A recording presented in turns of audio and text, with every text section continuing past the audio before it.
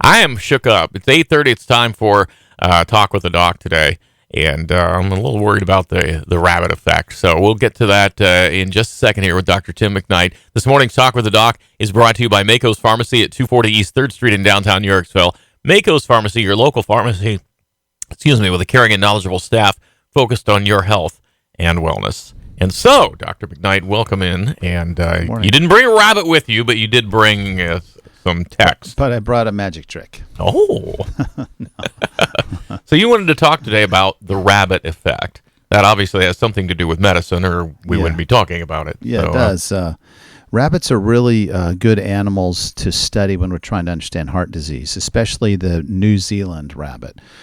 They develop heart disease, atherosclerotic plaque, very similar to humans, based on the same type of a high-fat diet. So a study was done back in 1978, and they were looking at a high-fat diet and how much it would impact the arteries of these rabbits to try to follow what happens in humans. And so they monitored cholesterol levels, heart rate, and blood pressure, and they gave these rats a high-fat, typical Western diet.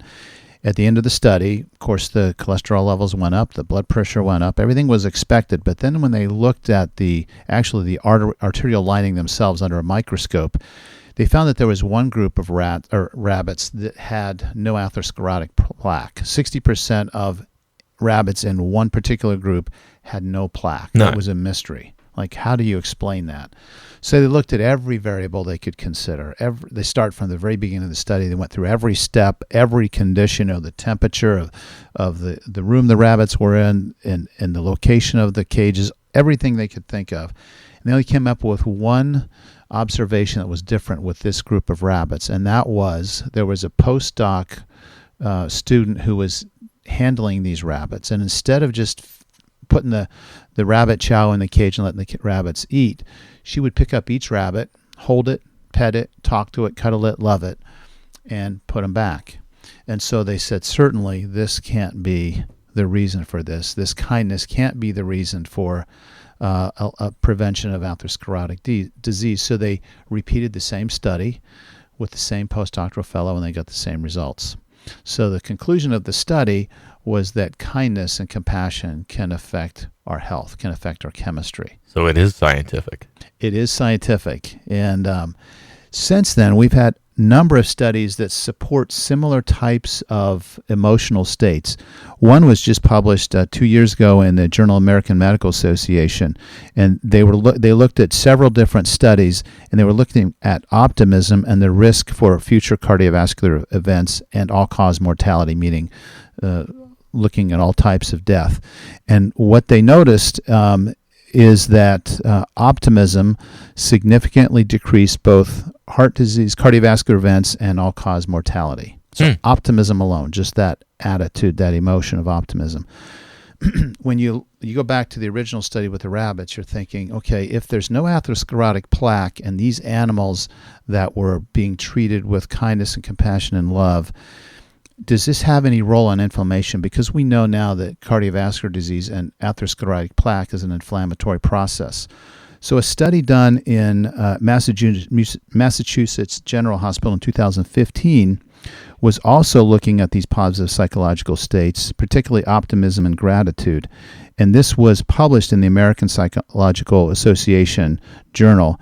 And they found that gratitude journals that were kept for 8 weeks showed reduction in levels of several inflammatory biomarkers. And that was specifically noted when the individuals were writing in their gratitude journals. So we've actually a number of other studies have been published since then that gratitude, expressing gratitude and thinking about the things you appreciate in your life can have a significant impact on our health. There was a TED Talk that was given several years ago, and it was really interesting because they were looking at how do we predict who's going to live the longest. They looked at things like ideal body weight, physical activity, smoking, blood pressure control, and what they found was exercise, ideal body weight, and controlling the blood pressure were the least predictive of living a long life. the most predictive of living a long life, interestingly, was social interaction or integration and close relationships. So it kind of goes back to that idea of nurturing, loving relationships and having an impact on our biochemistry. And to me, that's a really interesting observation. And it's not the only thing, obviously, because genetics and diet and all these things do play a role. Mm-hmm. But to realize that the quality of your emotional states and the quality of your relationships have an impact on your health, to me, is fascinating. Well, you come to the term something to live for, Exactly. and that seems to be Exactly. a real thing. Absolutely. When we in Fit for Life, I'll ask the participants, when you look on the scale and you see the scale says 162 pounds, what does that mean? Well, that's the collective weight of all the atoms in your body, the atomic mass of each atom. And in medicine, we kind of keep it at that level, like atoms and molecules and biochemical reactions and tissue types and all the things that are happening at the cell level. But if you go one level down from the atom really represents an energy packet. You have electrons that rotate around the nucleus of the atom, creating a high energy field. And the flow of electrons, if you ask an electrician, we call it current. So we are electrical beings because we can conduct current. We have current. That's what allows us to move and to think, and anything inside our body is moving because of electrical current. In basic physics, in introductory physics, there's a rule called the right-hand thumb rule, where you take your right hand, you look at your thumb, and the thumb is pointing the direction of current flow. You wrap your fingers around that thumb, and that creates a field that is the same field that would be representative of a magnetic field. So we are electrical magnetic beings. If you ask a quantum physicist, what do they describe this energy as? They call this light. So we're electrical magnetic beings of light. And the question is, how much of an impact can our magnetic field, our energies, our love, our compassion, our kindness, our gratitude, what type of an energy impact does that have? Well, if you throw a rock in a pond, how far does the ripples go? Well, it goes on infinitely, and unless it meets another wave from another direction or the end of the shore, which will eventually stop that ripple effect. Mm-hmm. But in essence, our energy goes on infinitely. However, we all interact with other people. We bump into other people. And so their energies can impact us and vice versa. Jim Lohr, who's a famous author and has success programs, he made an interesting quote that we are the sum total of the 5 people we spend most of our time with. So that's, you start thinking about that. Who are those people, and what are their energies and their attitudes like? How are they impacting you? How does that impact your health? And so I just think it's critical that we don't get too stuck in what's your cholesterol level, what's your blood pressure, how do we manipulate your chemistry. Well, let's talk about the health of your relationships. Let's talk about the emotional state you have. Let's talk about the words you choose and you use every day. And I've said this before. If you want to know how you speak, start texting. Because your smartphone, you type in the first 2 letters and it says, oh, I know what you're going to say. You've said this a number of times. And that's a clue to the quality of our thoughts, the type of thoughts we have. So I just think it's really interesting that our emotions and our relationships can impact our health and the health of others. And when I think about, say, my grandfather, who was 94 when he died, he was in excellent health. He was always expressing gratitude. He was always engaged in others. He was always doing things for other people. My dad, who's approaching 95, has never had an angry moment in his life where he's had an angry emotion. And I think sometimes you see this in people that live, into their 90s and approaching 100. They have a different mindset. They have good quality relationships. On the other hand, people who are really negative and they're always talking about their problems, they're counting their problems instead of listing their blessings.